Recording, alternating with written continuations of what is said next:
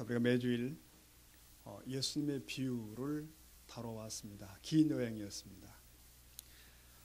성경 전체가 하나님의 말씀이지만 구약보다는 신약이 조금 더 선명하게 하나님의 그 뜻을 드러낸다고 여겨집니다. 또 신약 중에서도 예수님의 일대가 기록된 사복음서가 조금 더 예수님의 마음을 드러내는 그런 내용이 아닌가 싶어집니다. 특별히 예수님이 이 땅에 계실 때 하나님의 나라에 관한 말씀을 전하시면서 그 비유를 많이 쓰셨는데 이 비유는 두 가지의 기능을 갖습니다. 하나는 무식자나 어린아이도 다 알아들을 수 있게 한다는 거예요. 또 하나는 그러나 마음이 다친 자는 유식자라도 결코 알지 못하게 되는 그런 의미가 두 가지가 담겨 있습니다. 약 50여 개의 비유가 있다고 봐야지는데 우리는 이제 다다음 주쯤 아마 멈추게 될 것 같습니다. 자, 오늘의 비유도 아주 유명한 이야기입니다. 이른바 부자와 나사로의 비유라고 불립니다. 이 내용은 분명히 비유이지만 어쩌면 예수님 당대의 그 주변 마을에 실제로 벌어지는 얘기일 수도 있다고 생각이 됩니다. 요약해 보겠습니다. 한 마을에 부자가 있는데 매일매일 사치롭게 살았다는 겁니다. 그 집 문간에는 나사로라고 불리우는 거지가 있었다는 것이고요. 근데 그는 이 부자의 상에서 떨어지는 부스러기 먹고 하루하루를 연명했다. 근데 때가 되어 거지가 죽고 부자도 죽었다는 것입니다. 여기까지가 지상의 무대입니다. 그리고 잠시 후에 무대가 바뀌어 천상의 무대가 전개됩니다. 부자는 음부라고 불리우는 곳의 불꽃 속에 던져집니다. 거지는 아브라함의 품에서 안식을 누립니다. 자, 아차 싶었던 그 부자는 고통 중에 아브라함에게 호소하고 또 호소하지만 별무 소용이었다가 오늘의 이야기입니다. 자, 그러면 질문하고 싶은 것은 이겁니다. 그러면 여러분, 부자와 거지 둘 중에 누가 성공적인 인생을 살았을까? 부자일까? 거지 나사로일까? 이 두 사람의 삶을 우리 평면 비교해 보겠습니다. 부자 대 나사로입니다. 자, 보면 형제가 있는 자와 형제가 없는 자입니다. 되겠죠? 그 다음 재물이 많은 자와 일전 한 푼 없는 자입니다. 앞부분 제가 읽고 뒷부분 여러분이 하면 더 좋을 것 같습니다. 자, 부자는 어때요? 건강한 자입니다. 건강한 자와 그 다음 항상 그 다음 호화로운 저택에서 하는 자와 방황칸도 없는 자. 그리고요, 진수성찬만 먹고 사는 자와 음식 쓰레기 먹고 사는 그리고 항상 즐거워하는 자와 항상 고독한 자. 좋아요. 그리고 마지막이 참 우스워요. 방문객이 많은 자와 개만 왔다 갔다 하는 자. 이게 부자와 나사로의 모습입니다. 그러면 누가 성공하는 인생입니까? 부자입니까? 나사로입니까? 여러분, 이 비교대로 하면 단연 부자가 성공한 인생입니다. 아니라고 하면 이상한 사람이죠. 근데 문제는 이런 삶이 다가 아니었다는 데 있는 거예요. 그리고 이 즐거움이, 이 얘기가 너무 빨리 끝난 것입니다. 여기까지가 1막이에요. 그리고 이제 2막이 본격 시작됩니다. 이제부터 장구한 날이 시작되는 거예요. 근데 그 나라에서는 판도가 정반대로 뒤집혔다는 것이죠. 오늘 본문 비유를 잘 보니까 그것도 흥미로운 것은 이 비유가 19절부터 31절까지 기나긴 얘기입니다. 제법 길어요. 근데 이 얘기 중에서 앞에 석절, 딱 석절에서 1막이 끝나는 것입니다. 그리고 저들의 생이 끝나고 부자의 낙도 끝나며 나사로의 슬픈 생도 끝나는 거예요. 네, 너무도 짧은 현세를 상징하는 건 아닐까. 그리고 긴 구절들이 2막을 그려내고 있습니다. 자, 그렇다면 다시 생각해 봅시다. 진정 누가 승리자의 삶을 산 것일까? 분명 1막에서는 부자인 것 같아요. 그러나 본격 2막에 가니까 나사로인 거예요. 네, 여러분, 나사로가 최종 승리자인 줄로 믿습니다. 근데 세상 사람들은 누구나 대부분 그렇게 생각하지 않습니다. 저쪽은 본 적도 없고 생각도 않고 기대도 안 하거든요. 그게 결국은 부자가 성공한 삶을 산다고 여기는 것입니다. 여러분, 어쩌면 오늘 우리 내면 깊은 곳에는 사실은 이쪽을 선택하고 있는지도 모릅니다. 자, 여기서 무조건 우리가 이 부자를 타박하자는 얘기 아닙니다. 이제부터 좀 진지하게 그를 살펴볼 겁니다. 다음 주에는 나사로를 살펴보겠습니다. 오늘 19절 말씀 보니까 이렇게 되어 있습니다. 보세요. 한 부자가 있어 자색 옷과 고운 벼옷을 입고 날마다 화롭게 즐기더라. 이것이 이 부자의 일생을 요약한 내용입니다. 여러분 잘 보십시오. 여기에 부자의 이름은 있다 없다? 없습니다. 그저 그냥 부자라고만 되어 있습니다. 거지는 비록 거지 신세였지만 당당히 나사로라는 이름이 거명되어 있습니다.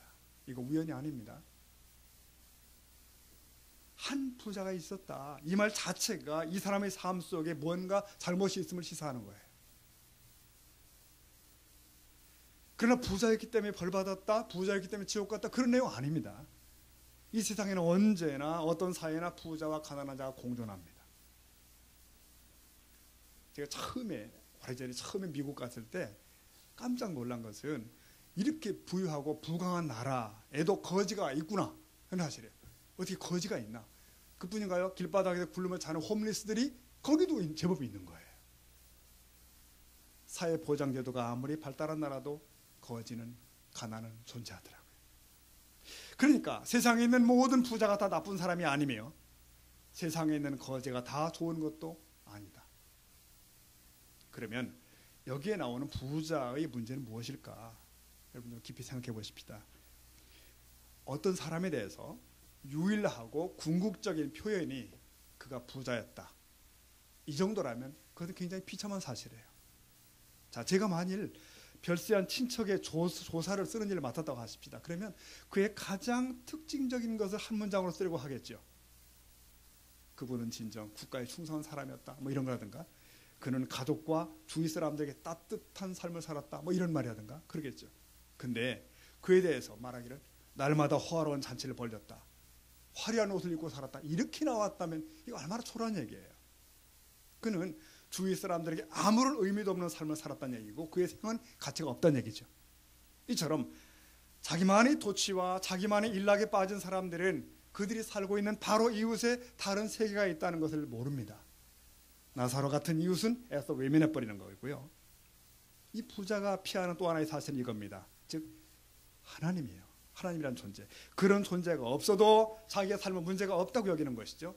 자기는 온 세상을 가지고 있고 상당한 자산도 있고 저택도 있고 은행 예금도 있고 그리고 종들이 있다고요.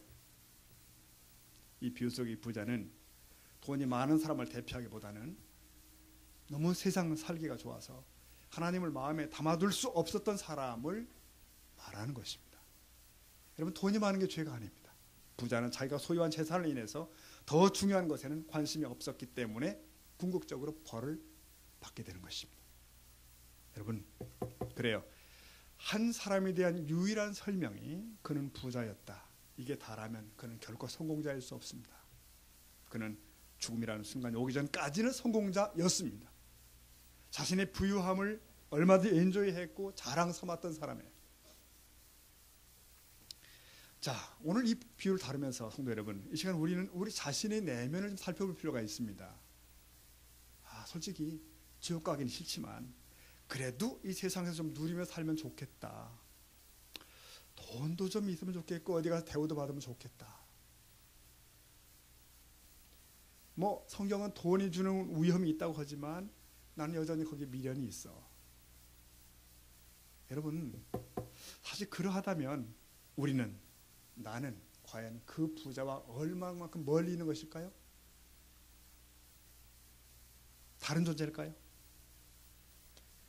네, 오래전에 한 여집사님이 그런 얘기를 한 적이 있다고요. 그분이 남편이 나가서 바람 피워도 좋으니까 돈만 많이 벌어오면 좋겠다. 네, 그런 말.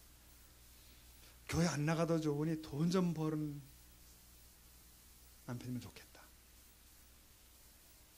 요즘 말로 돌직구를 날린 건데. 사랑하는 성도 여러분, 여기가 교회지만 부자가 되는 방법을 제가 말씀드리겠습니다. 부자가 되려면 어떻게 하면 좋은가? 돈을 많이 벌려면 어떻게 해야 되나? 정답은 나와 있지 않습니까, 여러분? 열심히 일하는 거죠. 새벽부터 야심할 때까지 오직 일만. 구두쇠처럼 또 아껴야 됩니다. 내 손에 들어온 돈 절대 놓지 않습니다. 남에게 밥 사고 그런 거 절대 하면 안 되는 것이고, 그리고 내 이익 위해서는 남을 가차없이 밟을 필요도 있을 때 밟아야 되는 것이고. 여러분 소위 자수성가한 사람들 중에 대부분은 이런 유형의 사람들입니다. 다는 아니겠지만. 여러분, 불편한 진실 하나 말씀드리겠습니다. 교회 열심히 나오고 그러면 부자 된다? 성경이 그렇게 되어 있지는 않습니다. 예수 잘 믿으면 갑부 되는데 그렇지 않습니다. 우리나라 10대 갑부 중에 기독교인이 있나요? 그런 맥락에서 질문 하나 더 드리겠습니다. 여러분, 장수하고 싶으십니까? 방법. 네, 건강식 찾아다니시고 온 시간 다 바쳐 운동하시고, 네, 몸에 좋은 보약 철저히 챙기시고, 조금만 이상하면 병원 가시면 됩니다. 그러면 되게 장수하십니다. 네, 철학 기도하는 사람보다 그 시간에 운동하는 사람이 더 튼튼합니다. 주일에 교회 나와 여기 앉아 계시는 것보다는 산에 등산 가시는 게 여러분 다리 근육에 유익합니다. 왜 그렇습니까? 심은 대로 거두는 겁니다. 우리는 육신을 위해 심지 않고 지금 영혼을 위해 심고 있는 것입니다. 믿으시나요, 여러분? 그래서 영원에서 거두는 겁니다. 다른 얘기를 하고 있는 것입니다. 아니, 하나님을 잘 믿으면 더 건강한 거 아니야? 더 오래 사는 복이 있는 거 아니야? 그럴 수도 있지만 그렇지 않습니다. 물론 통계 보니까 그거 있더만요. 어떤 통계 보니까 신앙생활을 하는 사람들이 더 장수한대요. 왜 그런가 보니까 신실한 신앙이들은 대개 절제하며 살고 술, 담배 잘 안 하고 반듯하게 살아갑니다. 당연히 장수할 수 있죠. 제가 무슨 얘기 했냐면은, 여러분, 그러면 하나님이 우리에게 복 주신다는 말은 다 거짓인가? 아닙니다. 맞습니다. 그분이 복의 근원이십니다. 그런데 그분이 진정 주기 원하시는 복이 무슨 복이냐 하는 거예요. 옛날에 우리가 못 살 때는 무슨 복이냐면 작업복 그랬는데 그거라도 뭐 얻으려고. 여러분, 진정한 주께서 원하시는 복이 뭐라고요? 영원의 복이고 그리고 영혼의 복입니다. 그럼 이해되시면 아멘 하십시오. 성경은 그것을 얘기합니다. 성경책은 그런 책입니다. 여러분, 기억하셔야 되는 건 이겁니다. 사람은 지구상에서 그 영혼을 아름답게 만들기 위해서 시간을 부여받았습니다. 그리고 다시 천국으로 컴백하는 겁니다. 그래서 성경은 우리에게 세상을 외국인처럼 살래요. 네, 외국인처럼. 제가 해외에서 살아보니까 조금 이해를 할 수 있습니다. 저는 처음부터 돌아가야지 결정했어요. 난 빨리 돌아가야지. 내 나라로 가야지. 주위를 둘러보니까 남들은 영주권 얻기 위해서 바쁘게 돌아다니고 그 나라 자동차 면허 얻기 위해서 뭐 뛰어다니더라고요. 그리고 뭐 모기지 얻어서 집 사는 노력 열심히 하고 그래요. 근데 우리는 그런 거 별로 신경 안 썼습니다. 돌아가야지. 우리 성도들이 이 세상을 산다고 하는 것은 어쩌면 그런 유형의 것이라는 거예요. 물론 여러분 돈도 버시고 집도 사고 즐기고 그런 거 할 수 있습니다. 그러나 거기에 궁극적 관심 있는 거 아닙니다. 그 목표 아닙니다. 그건 신앙 아닌 거예요. 거기 온 정신이 빠져버린 사람, 바로 그게 여기 나오는 부자라니까요. 이 사람이 그 유형의 대표적인 모습입니다. 하지만 안타깝게도 대부분의, 아니 전 지구의 모든 사람들은 이 세상이라는 울타리 안에 태어났고 여기서 자라고 여기서 살아갑니다. 그러니까 보고 들은 것이 전부 이거잖아요. 그래서 너나 할 것 없이 이 세상에서의 성공에 올인할 수밖에 없습니다. 태생적인 불행이에요. 그래서 여기서 부자 돼야 되고요. 여기서 큰 집 챙겨야 되고 높은 자리에 올라가야 되는 거예요. 승부 내야 되니까. 이게 세상이라는 장기판으로 보면 맞습니다. 맞는 답이에요. 그래서 그 부자는 날마다 잔치했고 대만족한 삶을 살았다니까요. 단 그 시간이 오기 전까지, 그 죽음의 저녁이 오기 전까지 그렇습니다. 여러분, 사람이 그래서 그런 거 추구하다가 결국 이렇게 심판대에 서게 되고 영원한 어둠에 던져집니다. 여러분, 평생을 우리가 거꾸로 서 있나 하더라도 그러다가 영원한 나라를 챙기는 게 낫지, 그렇지 않습니까?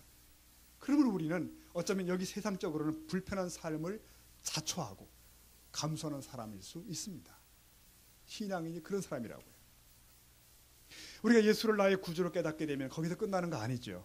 그분을 나의 삶의 주인으로 받아들이게 됩니다. 간섭받기 시작합니다.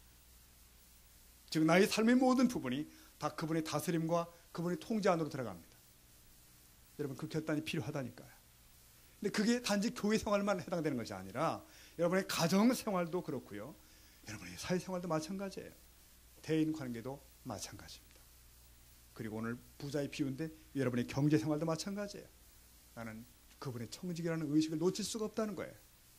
그래서 내게 맡겨진 재물은 내 권리가 아니고 나의 책임이로구나를 절감하게 되는 것입니다.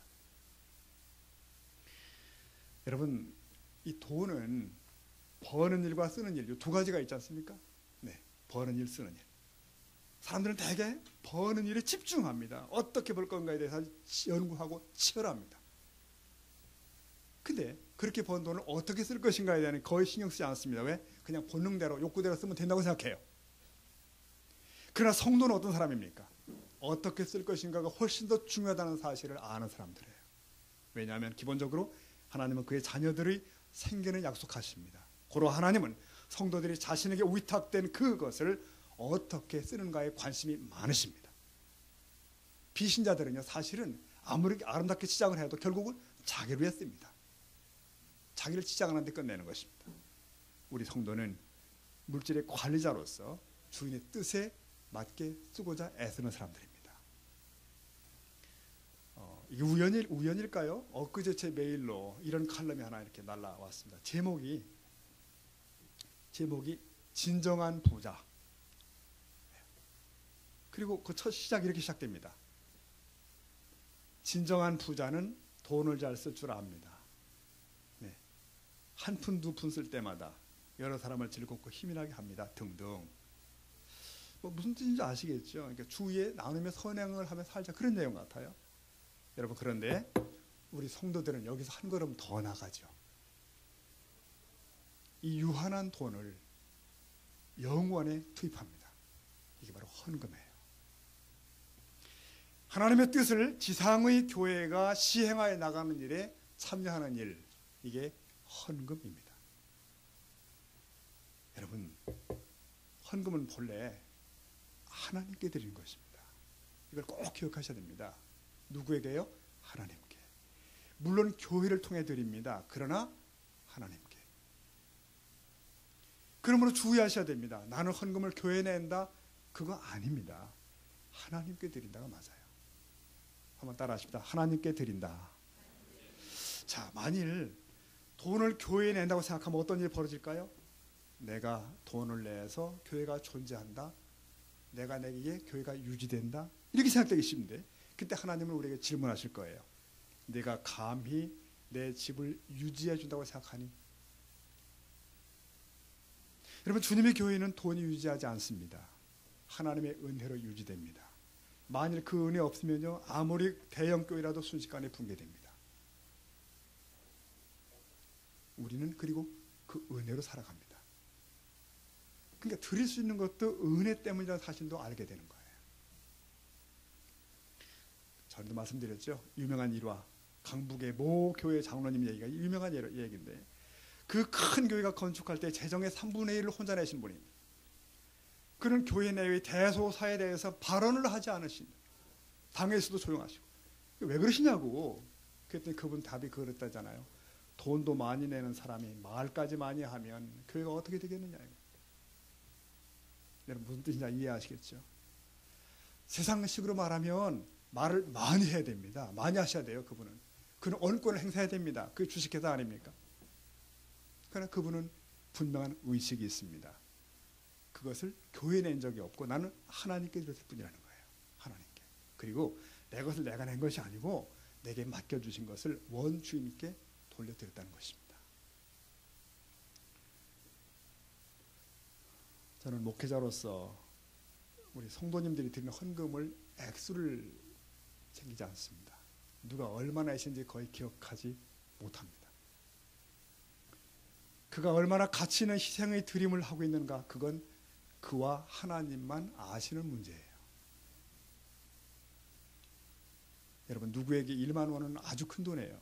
그래서 시장을 몇 바퀴 돌리며 싼 채소를 사려고 빙빙 돌고 그리고 아껴서 내는 헌금일 수 있는 거예요. 그러나 누구에게는 돈 100만 원도 그저 마음만 먹으면 낼 수 있습니다.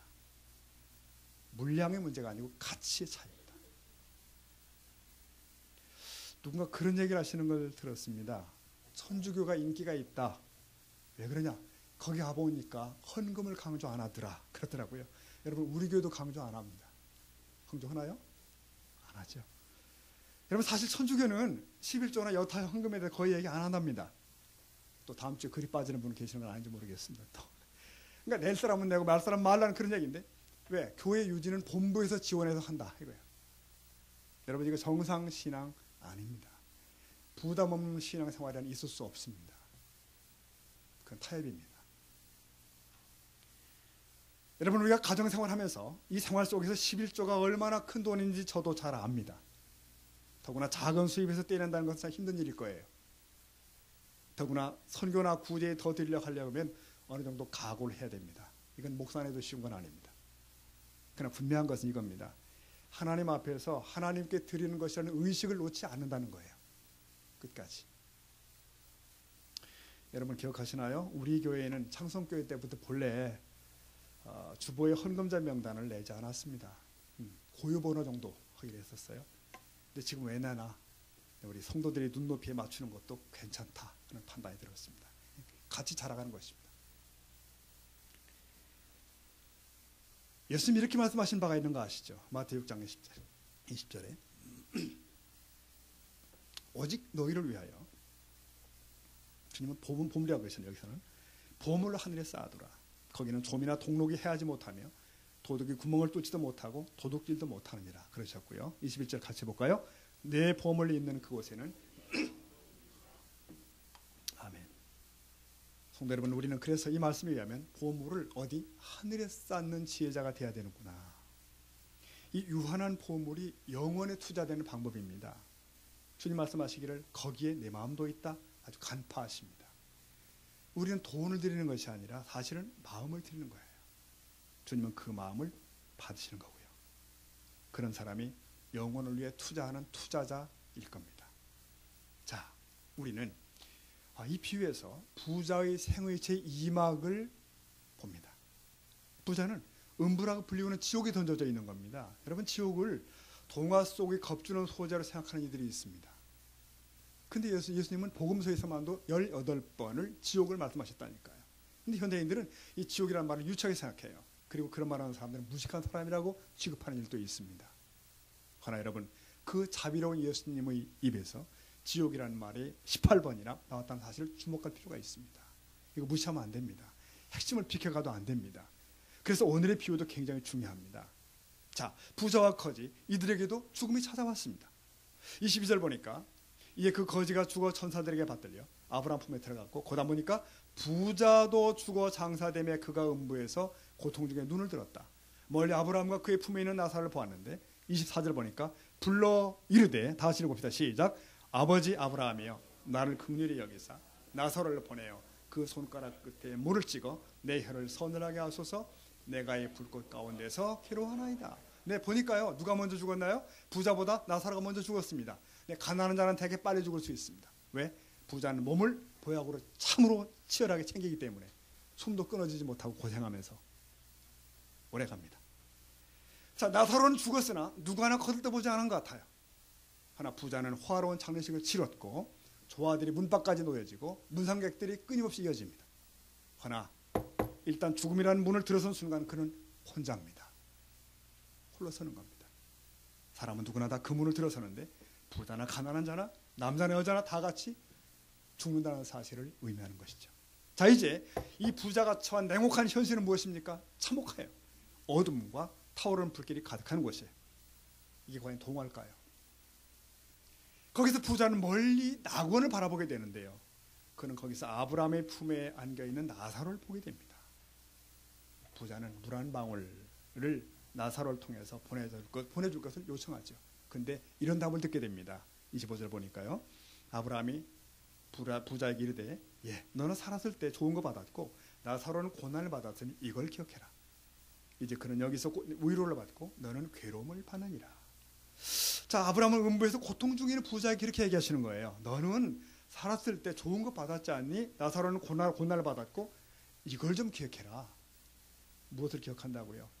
세상에 사는 동안에 좋은 거 다 받았음을 기억하라. 네, 이 땅에 살 때 좋은 것을 받은 것이 부자가 지옥에 간 이유가 되었다 한다면 왜 그럴까요? 이 좋은 것을 즐기다 살면 마음을 뺏기게 되고 결국은 이 부자처럼 된다는 거예요. 여러분, 대개의 부자들은 많이 가졌다는 것에 문제가 있는 게 아닙니다. 평생 한 번도 하나님을 생각할 틈 없이 잘 사는 것이 문제예요.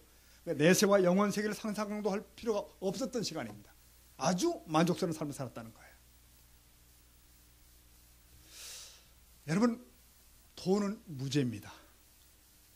그리고 돈은 선용하면 좋은 것일 수 있습니다. 그러나 돈은 위험합니다. 이게 성경의 얘기입니다. 보세요. 오늘날도 유능한 선량들이 청문회에 불에 나오고 뒤지다 보니까 대부분 어디? 돈에 걸려듭니다. 그 훌륭한 사람들이. 부자로 사는 것이 잘못이 아닙니다. 그러나 위험하다니까요. 그거 놓쳐서는 안 됩니다. 아니, 구약 보면 아브라함도 이삭도 부자 아니야? 맞습니다. 그러면 구약에 더 많은 종들은 고통받고 박해받은 사람들은 어떡합니까? 하지만 오늘날의 추세는 어때요? 오늘날의 대부분의 신자들은 타협점을 선택합니다. 그래, 세상에서도 대접점 받고 천국에서도 대접받으면 좋겠지 생각합니다. 그러니까 꽁 먹고 알도 드시고 하겠다는 건데 그게 마음대로 되지 않을 수가 있습니다. 왜요? 탐심은 일만하게 뿌리가 되기 때문에 그래요. 번져나갑니다. 우리 교회는 다행히 큰 부자가 없으십니다. 그래서 저는 오늘 본문을 다루는데 조금도 부담이 없습니다. 하지만 이미 마음을 부자에 다 뺏겨버렸거나 부자를 인생의 목표로 하는 성도들이 계시면 깊이 다시 한번 생각을 하셔야 됩니다. 대부분의 부자들이 빠질 함정이 있다는 것이에요. 야고보서 4장 8절 말씀 보니까 하나님을 가까이 하라. 그러면 너희를 가까이 하시리라. 죄인들아 손을 깨끗이 하라. 그 다음 두 마음을 품은 자들아 마음을 성결케 하라. 두 마음, 양다리 걸치기죠. 네. 세상과 하나님, 세상과 교회, 세상과 신앙. 네. 양다리 걸치면 대개 그쪽으로 넘어갑니다. 그쪽으로. 왜요? 세상이 힘센 이유가 뭔지 아십니까? 그 뒤에는 악한 영, 사단이 강력하게 역사합니다. 강하게. 그래서 양다리 걸치다가 이긴 자 별로 없습니다. 그들은 마음이 비둔해지는 거예요. 귀가 닫힙니다. 그래서 정말 들어야 할 것을 못 듣게 되는 것입니다. 여러분, 그래서 오늘 이 비유를 마치면서 정말 중요한 한 가지를 짚으려고 합니다. 이 고통 중의 부자는 세상에 남아있는 5 형제를 기억하기 시작했는데 그가 아브라함에 간청하기를 나사로를 보내서 그들에게 지옥을 알려달라고. 그때 아브라함의 답변이 그들에게 모세와 선지자들이 있기 때문에 그들에게 들으면 된다? 부자는 말하기를 아닙니다. 죽은 자가 살아 돌아가면 저들이 회개할 거예요. 치열하게 반복됩니다. 다음에 말은 부자에게 던진 아브라함의 최종 결론입니다. 오늘 비유의 결론이 뭔지 아십니까? 31절입니다. 아브라함이 이르되 모세와 선지자들에게 듣지 아니하면 비록 죽은 자 가운데서 살아난 자가 있을지라도 어때요? 구원함을 받지 아니하리라. 이것이 오늘 본문의 결론입니다. 여러분, 모세와 선지자가 누구예요? 그 시대의 하나님의 종들입니다. 선지자요, 사도요, 목사입니다. 어느 시대나 있었습니다. 부자가 사는 곳에도 있었어요. 그러나 부자는 재물과 일락의 귀가 가려워졌기 때문에 자만심에 빠져서 일부러 듣지 않는 사람이에요. 그것이 그의 운명을 결정한 겁니다. 여러분, 오늘도 마찬가지예요. 영원한 생명을 얻으려면 주의 종들이 외치며 귀를 기울이셔야 되는 겁니다. 그러니까 합당한 반응을 보이셔야 되는 거예요. 우리는 그 세상에는 그 5 형제 중에 하나가 될 수는 없는 것입니다. 그래서는 안 되는 거예요. 결국 부자의 운명은 그의 돈주머니가 아니라 이 말씀에 대한 그의 관계로 결정된 것입니다. 이해되시나요, 여러분? 해소방 성도 여러분, 우리보다 앞서 돌아가신 우리의 선배들이 돌아와서 증언하지 않습니다. 고 이창용 장로님 오셔서, 김옥봉 권사님이 오셔서 얘들아 천국 얘기하면 들을 거야? 그러면 회개할 거야? 그런 일은 없을 겁니다. 주님 말씀하십니다. 너희에게 모세와 선지자가 있지 않니? 2015년 3월 1일 주일 아침에 강단을 통해 주시는 이 말씀을 각자 내 것으로 붙잡는 우리가 될 수 있기를 축복합니다. 오늘 말씀을 매듭하겠습니다. 저는 근자에 그 한 병원의 호스피스 병동을 자주 의문을 좀 가고 있습니다. 아주 친한 분의 부인이 곧 세상 떠날 것 같아서. 호스피스 병동이라는 데가 아시죠? 곧 돌아가실 분들. 옆에 병동은 병실이고 치료, 옆에 별관이 호스피스 병동이에요. 여기와 여기 이렇게 다를 수 있나요? 여기 있다 이쪽 가봐니까 다른 세계입니다. 이쪽은 완전히 고적합니다. 조용해요. 엄숙해요. 병자나 여기 있는 병자나 그 가족들이나 그 돌보는 사람들이 표정이 전부 엄숙합니다. 누구도 농담하는 사람 없고 누구도 세상 얘기하는 사람 없어요. 그냥. 다른 세계더라고요. 제가 그 친구분이 물었어요. 그러면 여기 들어온 사람들은 다 임종할 사람들인가요? 그랬더니 그렇죠. 다 갈 사람들이죠. 그러다가 우리가 서로 얼굴 마주보면서 그랬어요. 우리도 그렇지 뭐. 우리가 뭐 다른가? 여러분, 지구는 거대한 호스피스 병동입니다. 조금 시차가 있죠. 여러분, 이 짧은 생애에서의 성공 여부는 여기서 결론 나지 않습니다. 저 영원한 나라를 여하이 준비했는가에 판가름이 나는 것일 거예요. 오래전에 한 부흥사가 한 얘기를 기억합니다. 인생은 종점에 가봐야 안다. 들어보셨죠?